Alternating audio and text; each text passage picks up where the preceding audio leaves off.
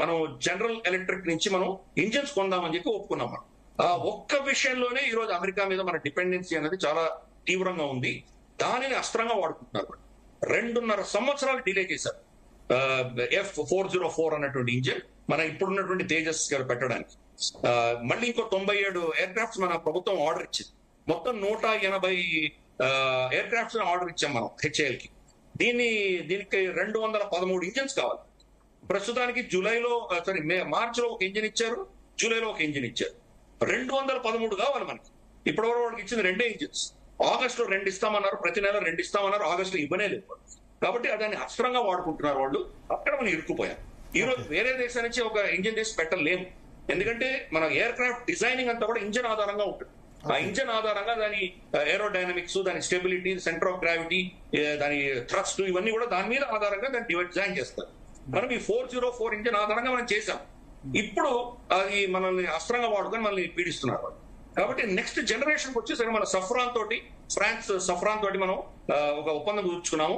Joint గా develop చేస్తాం. దాని IP కూడా, ఇంటెలెక్చువల్ ప్రాపర్టీ కూడా భారతదేశంలో ఉండబోతుంది. 3 లేటెస్ట్ గా ఈ రోజు మీకు విజువల్స్ చూస్తుంటే కనుక కావేరీ డెరివేటివ్ ఇంజిన్ KDE అని మన దేశంలో తయారైనటువంటి ఇంజిన్ కి ఆఫ్టర్ బర్నర్ యాడ్ చేసాం ఫస్ట్ టైం. అఫ్ కోర్స్ ఇంకా దాని సర్టిఫికేషన్ అవ్వలేదు, టెస్టింగ్ పూర్తిగా అవ్వలేదు, కానీ ఇది చాలా పెద్ద శుభపరిణామం. మోదీ గారు మన 15th ఆగస్ట్ ఇచ్చిన స్పీచ్ లో 10 ఏళ్లలో భారతదేశంలో తయారైనటువంటి ఫైటర్ ఎయిర్ క్రాఫ్ట్ ఉండబోతోంది అని చెప్పారు. కాబట్టి దాని యొక్క నాటి ఇది అని మనం భావించవచ్చు. కాబట్టి సత్యాన్ని మనం చూసుకుంటున్నాం. ఈ రోజు అమెరికా తోటి మనకి ఎటువంటి డిపెండెన్సీస్ ఉన్నాయో క్రమేపీ దాని నుంచి మనం దూరం వెళ్ళిపోతాం. 2014లో మన ఫారెక్స్ రిజర్వ్స్ 75% డాలర్ డినామినేటెడ్ ఉన్నాయి. ఈ రోజు స్టోరీ కట్ చేస్తే 50% మాత్రమే ఉంది. అంటే 25% డాలర్ నుంచి బయటికి వెళ్ళిపోయాము. మోదీ గారు వచ్చినప్పుడు 2014లో 450 టన్స్ మన RBI దగ్గర గోల్డ్ రిజర్వ్స్ ఉండింది. ఈ రోజు 900 టన్నులు, ఆల్మోస్ట్ 890-900 టన్స్ మనం మనం రిజర్వ్ పెట్టుకున్నాం. డబుల్ చేశారు మోదీ గారు. 75 ఏళ్లలో మనకి ఎంత బంగారం తెచ్చుకున్నామో దాన్ని 10 ఏళ్లలో డబుల్ చేశారు. కాబట్టి మనం క్రమేపీ డాలర్ నుంచి బయటకు వెళ్తూ మన రూపాయిని స్ట్రెంగ్త్ చేసుకుంటూ, ఆయన ఏ ఊరికి వెళ్ళినా, ఏ దేశానికి వెళ్ళినా UPI అని పుష్ చేస్తున్నారు. అంటే వాళ్ళ సంబంధించినటువంటి టెక్నాలజీకి ప్రత్యామ్నాయాలు మనం తీసుకొస్తున్నాం. చూస్తూ 100 పైబడి దేశాల్లో UPI యాక్సెప్ట్ అవుతుంది, రూపే యాక్సెప్ట్ అవుతుంది. కాబట్టి వాళ్ళ ఏదైతే స్విఫ్ట్ కానీ, వాళ్ళ Amex కార్డ్స్, వాళ్ళ వీసా, మాస్టర్ కార్డ్స్ ఏవైతే ఉన్నాయో దానికి ప్రత్యామ్నాయాలు మనం భారతదేశం క్వాక్ట్ గా అమెరికాని డిస్టర్బ్ చేయకుండా మన దీన్ని మనం ప్రపంచవ్యాప్తంగా తీసుకువెళ్తున్నాం. కాబట్టి అమెరికాని మనం టర్మ్ లో డీల్ చేయడానికి మనం ఆల్రెడీ మన దగ్గర ప్లాన్ నడుస్తోంది. కానీ ఇప్పుడు వాళ్ళతో అదే పనికి యుద్ధం చేసి వాళ్ళతోటి కయ్యానికి దువ్వి మనం గొడవ పెట్టుకుంటే మన లాభం లేదు. కాబట్టి ఆ దిశగా మనం ప్లాన్ చేస్తాం. కాబట్టి మన స్ట్రాటజీస్ అన్ని కూడాను లాంగ్ టర్మ్ స్ట్రాటజీస్ ఉన్నాయి. షార్ట్ టర్మ్ లో ఏంటంటే ట్రాన్సాక్షన్లే ఉంటాయి. నువ్వు వాళ్ళతో బాగా మాట్లాడితే నేను కూడా నీతో బాగా మాట్లాడు, నన్ను నువ్వు అవమానిస్తే నేను ఇగ్నోర్ చేస్తాను. అటువంటి స్ట్రాటజీ మోదీ గారు అడాప్ట్ చేశారు. కాబట్టి చాలా అద్భుతంగా ఈ రోజు భారతదేశాన్ని చూసి ధైర్యం తెచ్చుకొని మిగతా దేశాలు కూడా ప్రవర్తిస్తున్నాయి. లేటెస్ట్ మీరు చూసారంటే ఇన్ఫాక్ట్ డొనాల్డ్ ట్రంప్ ని నోబెల్ ప్రైజ్ కి నామినేట్ చేసినటువంటి Israeli prime minister Benjamin Netanyahu ఈ రోజు ఆయన ట్వీట్ చూడండి. ఆయన ఖతార్ లో చేసిన బాంబింగ్ తర్వాత ఏం చెప్పారంటే, ఎక్కడ దీనికి కూడా డొనాల్డ్ ట్రంప్ క్రెడిట్ తీసుకుంటాడో అని ఆయన ట్వీట్ లో ఏం చెప్పాడంటే, దీనికి మొత్తం బాధ్యత మేమే వహిస్తున్నామని చెప్పాడు. అంటే ఇంకెవరి ప్రమేయం లేదంటే ఫస్ట్ ఫండమెంటల్ అని చెప్పలేదు, డొనాల్డ్ ట్రంప్ ప్రమేయం లేదు అని చెప్తున్నాడు. నేనే చేస్తున్నాను, ప్రతిదానికి ఆయన క్రెడిట్ తీసుకుంటున్నాడు కదా.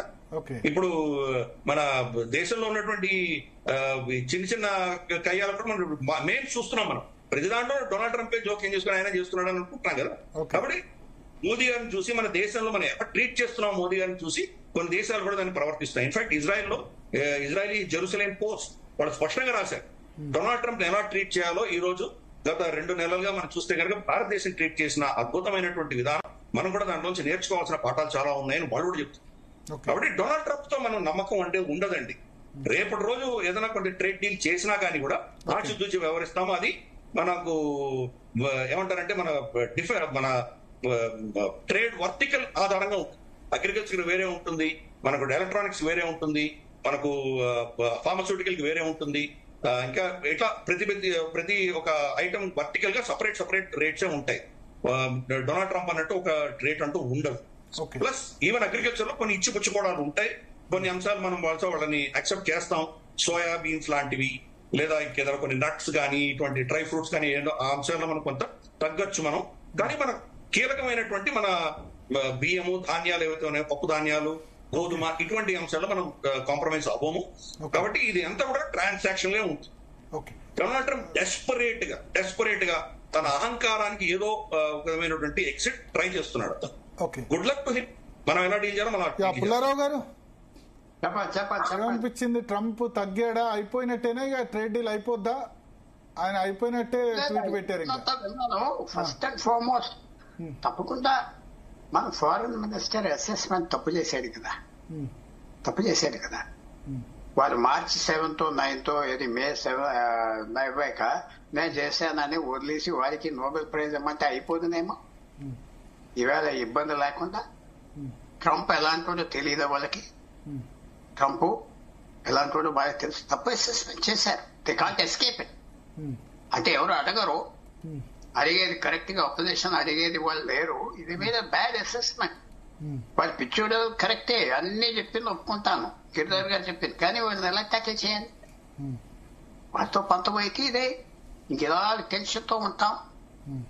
కరెక్టే, మోడీ గారు చాలా చక్కగా బిహేవ్ చేశారు ఆయన పద్ధతి తర్వాత. కానీ ఫెయిల్ అవ్వాం కదా. అంటే నేను అనుకుంటున్నా వెళ్ళి వాళ్ళు కాలు పట్టుకోమని అంటలేదు. Tackle him. అది మీ ఉద్దేశంలో అప్పుడు మనం ఇండియా పాక్ వార్ కు సంబంధించి మనం ఆయన వల్లే జరిగిందని చెప్తే కనుక ఈ పరిస్థితి వచ్చింది. ఆయన చేయలేదన్నారు మీరు, ఆయన చేసేదని చెప్పక్కర్లేదు, ఆయన చేయలేదన్నారు మీరు.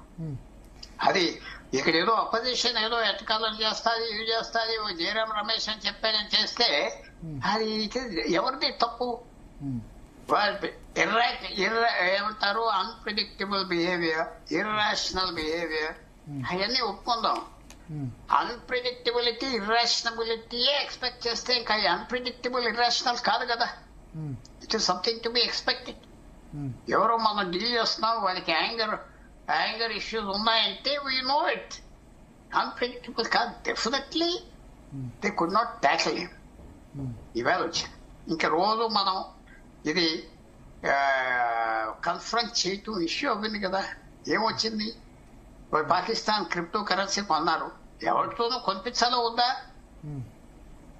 ఇది ఏంటిది? ఖతార్కి వెళ్ళారు, ఖతార్ వెళ్ళి వచ్చాక మార్చుకున్నారు మైండ్ డొనాల్డ్ ట్రంప్. తప్పకుండా Qatar and Saudi Arabia Pakistan తో కొంచెం మైస్ గా ఉండండి, మంచోళ్ళు, డబ్బులు ఇచ్చారు, చచ్చారు, ఏదో చేశారు. అది ఆబ్వియస్, ఎవరు అనలేరు. ఎందుకంటే 10 లక్షల మంది అక్కడ పనిచేస్తున్నారు. సౌదీ అరేబియాలో 50 లక్షల 30 లక్షలు. సో మాట్లాడలేము. ట్యాకిల్ చేయాలి కదా అనుకుంటున్నాను. మనకంత కీ పార్ట్నర్ కదా. రేపు ఈ ఏమంటారు, ఈ గ్లోబల్ కేపబుల్ సెంటర్స్ మీద పడతాడు, దాని మీద పడతాడు. మీకు డొనాల్డ్ ట్రంప్ ఫాలో అవుతున్నారు లేదో 2000 నుంచి కాదు, 2015 నుంచి కాదు, ఎర్లియర్ నుంచి కూడా. ఇదే వెరీ కనింగ్ ఫెలో. అంత అండర్ ఎస్టిమేట్ చేయకూడదు. అన్ని సాధించాడు. ఎప్పుడు ఏం నిలబడకుండా ప్రెసిడెంట్ అయిపోయాడు. ఓడిపోయాడు, మళ్ళీ ప్రెసిడెంట్ అవ్వాడు.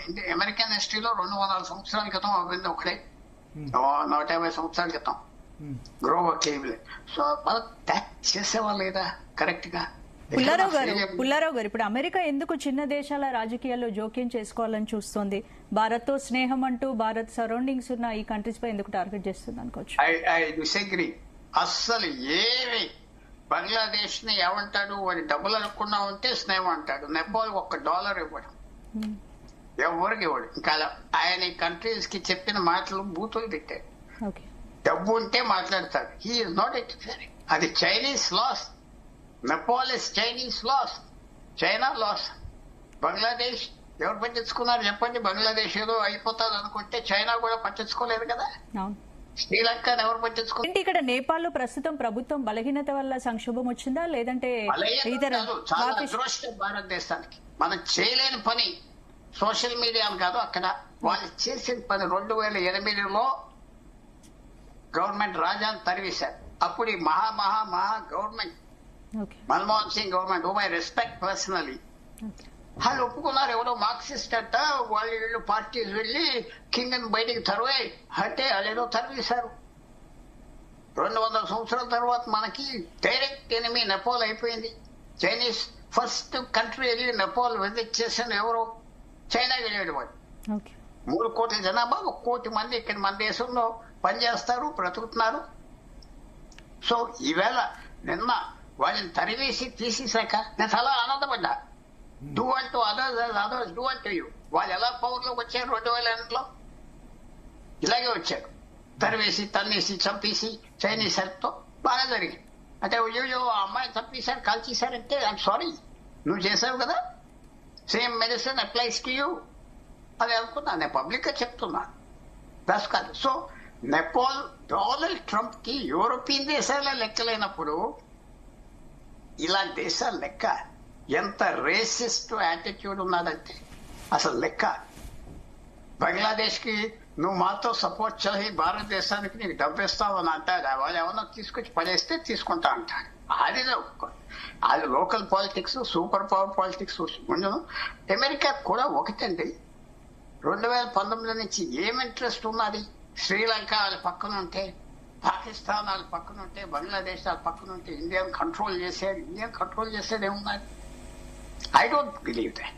అంటే అమెరికా జోక్యం అనుమానం నిజమైతే మరి నేపాల్ వంటి దేశాలు స్వతంత్రంగా తమ రాజకీయ వ్యవస్థను రక్షించుకోవాలంటే ఏం చేయాలంటారు?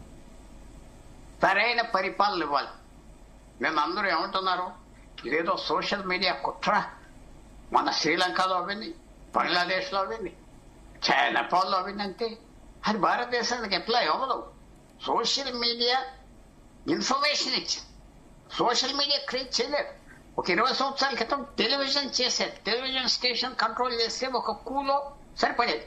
దాని ముందు ఇంకో 20 సంవత్సరాల క్రితం రేడియో స్టేషన్, దాని ముందు న్యూస్ పేపర్స్. ఇదంతే.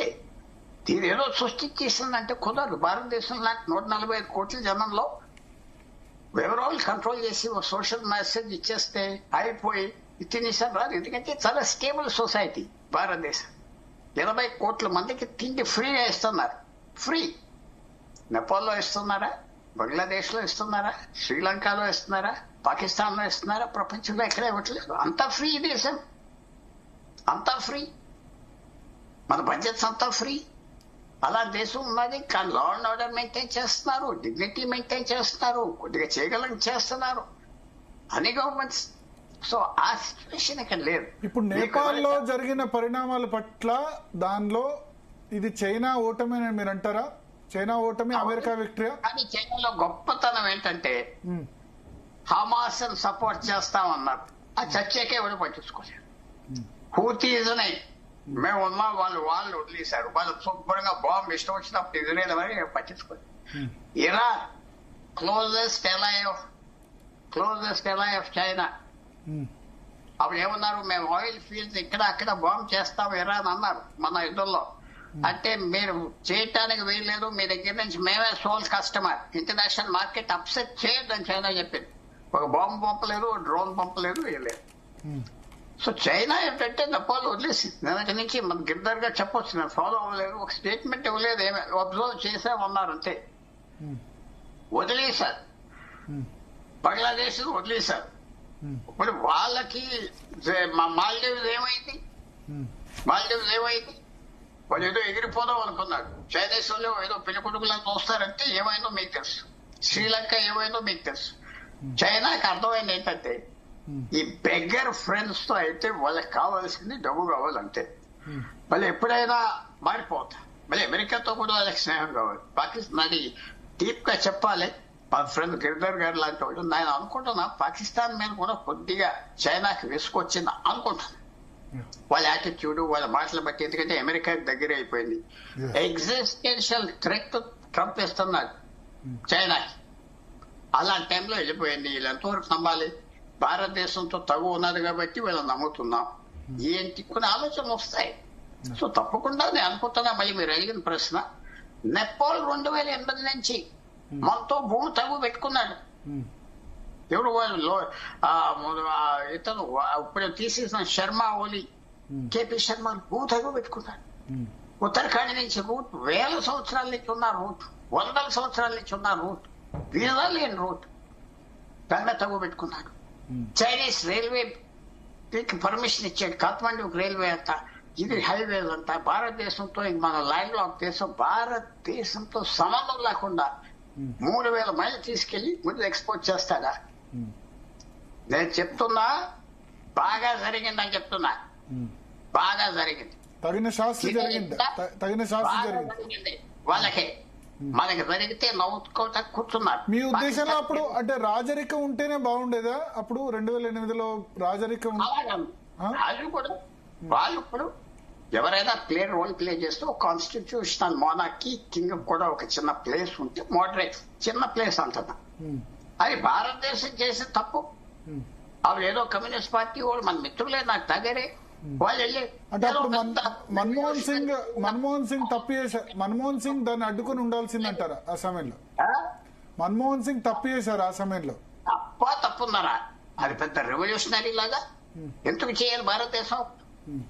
ఒకనప్పుడు వాళ్ళు మనతో మర్జ్ అయిపోతా అన్నారు నేపాల్. అది చేయవలసిందే. సిక్కిం మర్జ్ అవ్వలేదా? అస్సాం మనతో లేదా? అది మన రేస్ కాదు కదా. అస్సాం థాయిలాండ్ నుంచి వచ్చారు, బోడోస్ థాయిలాండ్ నుంచి వచ్చారు.